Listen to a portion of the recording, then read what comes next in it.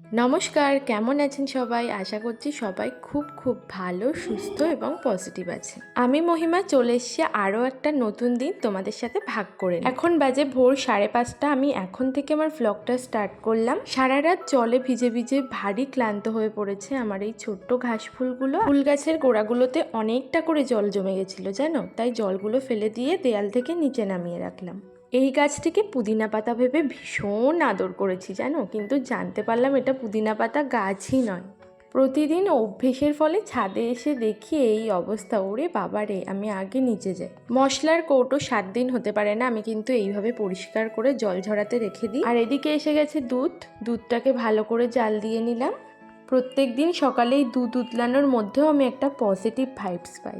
আজ সকালের ব্রেকফাস্টে একটু ফাঁকিবাজি করেছি, রুটি করেছি আর করে নিয়েছিলাম কাঁকরোল আলু ভাজা। সেটাকে রুটির সাথে আমি আর আমার বর খেয়েছিলাম, কিন্তু আমার আয়ুষ কিন্তু খায়নি। আয়ুষ খেয়েছিল দুধ, রুটি আর জ্যাম।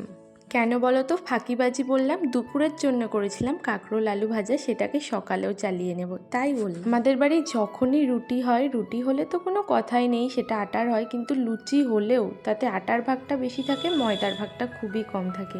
এইভাবে কিন্তু আমরা রুটি আর লুচি খাই। চাইলে তোমরাও কিন্তু বাড়িতে এইভাবে ট্রাই করতে পারো। আগে দুপুরে রান্না করব, কারণ বর যাবে ডিউটিতে, ওই জন্য আটাটা মেখে রাখলাম। মেখে বেলে কড়াই বসিয়ে তাড়াতাড়ি কাঁকরোল আলু ভাজাটাকে ভেজে নিলাম।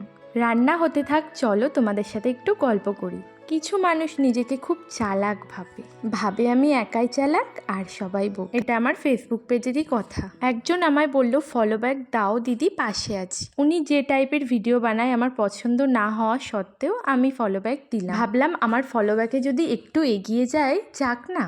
ফলো ব্যাক দিলাম, কিন্তু সে কি করলো, 24 ঘন্টার মধ্যে আমাকে আনফলো করে দিল। এরকম কিছু মানুষকে আমি বলতে চাই, যদি ফলো ব্যাকের দরকার হয় বলো যে দিদি ফলো ব্যাক দাও, পাশে আছি, বা ফলো করে মিথ্যে কথা বলো না। সততার সাথে কাজ করো, দেখো একদিন সাফল্য তোমার নিজের দোরগোড়ায় এসে নিজেই দাঁড়িয়ে আছে। এইটুকুই বলার ছিল। একটু নেগেটিভ কথা বললাম, এবার শোনো পজিটিভ। ফেসবুকে আসার পর কিন্তু আমি এমন অনেক ভালো বন্ধু, দিদি, কাকিমাদের পেয়েছি যারা আমার ভিডিওতে খুব ভালো কমেন্ট করে। তাদের এই ছোট্ট কমেন্টগুলো কিন্তু আমার নতুন একটা ভিডিও বানাতে অনেকটা মোটিভেট করে। যাই হোক, এইটুকুই বলার ছিল। ওই যে আগেই বললাম, আয়ুষ কিন্তু রুটির সাথে কাঁকরোল আলু ভাজা খায়নি, খেয়েছিল এরকম জ্যাম আর রুটি। আমার বরমশাইয়ের লাঞ্চ বক্স কিন্তু রেডি। আজকে কি রান্না করেছিলাম বলো তো? ডাল, কাঁকরোল আলু ভাজা, পটল ভাজা, পুঁইশাক, কুমড়ো, আলু দিয়ে একটা ঘন্ট।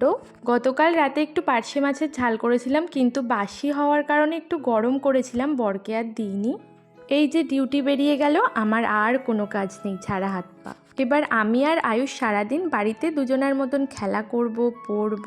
এখন বাজে সকাল 10:30। সকালে বৃষ্টি হলেও কিন্তু সূর্য দেবতা একটু উঁকি মেরেছিল। আমার আজকের ভিডিওটা আমি এখানেই এন্ড করলাম। যদি ভালো লেগে থাকে তাহলে please like, comment, share and subscribe, আর ফেসবুক পেজটাকে ফলো করে দিও।